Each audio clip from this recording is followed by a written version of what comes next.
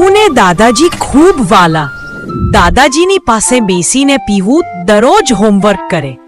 Homework કરતા કરતા પીહુ વારે વારે નોટનો પાણા ફાડે અને અડધી વપરાયેલ પેન્સિલ ફેંકી દે. આવું રોજ રોજ ચાલ્યા કરે. થોડા દિવસ આ જોયા પછી દાદાજીએ પીહુને પૂછ્યું, બેટા, આ નોટનો પાડા કેમ ફાડે છે ને અડધી થાય ત્યાં પેન્સિલ કેમ ફેંકી દે છે? પીહુ બોલી, એ તો ભૂલ પડે એટલે પાણા ફાડી નાખવાના ને અડધી પેન્સિલ તો મને ફાવે જ નહીં.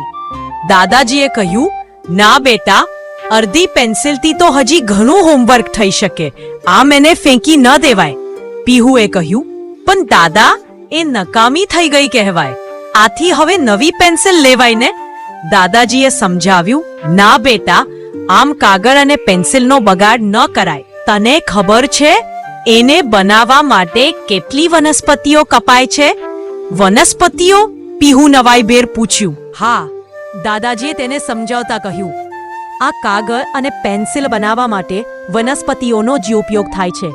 એક તો આપણી પૃથ્વી પરથી વૃક્ષો, વનસ્પતિઓનું પ્રમાણ દિવસે ને દિવસે ઓછું થઈ રહ્યું છે ને આપણે આમ કાગળ કે પેન્સિલનો બગાડ કરીએ તો એ સારી બાબત ન જ ગણાય. પીહુને પોતાની ભૂલ સમજાઈ ગઈ. તે બોલી, સોરી દાદાજી, હવેથી હું એમ નહીં કરું. હવેથી હું કાગળનો ખૂબ ચીવટથી ઉપયોગ કરીશ અને પેન્સિલ પર છેક પૂરી થાય ત્યાં સુધી એનાથી લખીશ.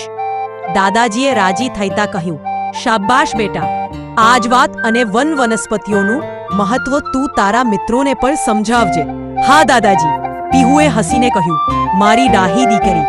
કહીને દાદાજીએ પીહુને ખૂબ વહાલ કર્યું. બાળકો, તમે પણ સમજી ગયા ને કે હવે પેન્સિલના બગાડ ના કરવો જોઈએ, વૃક્ષો ના કાપવા જોઈએ.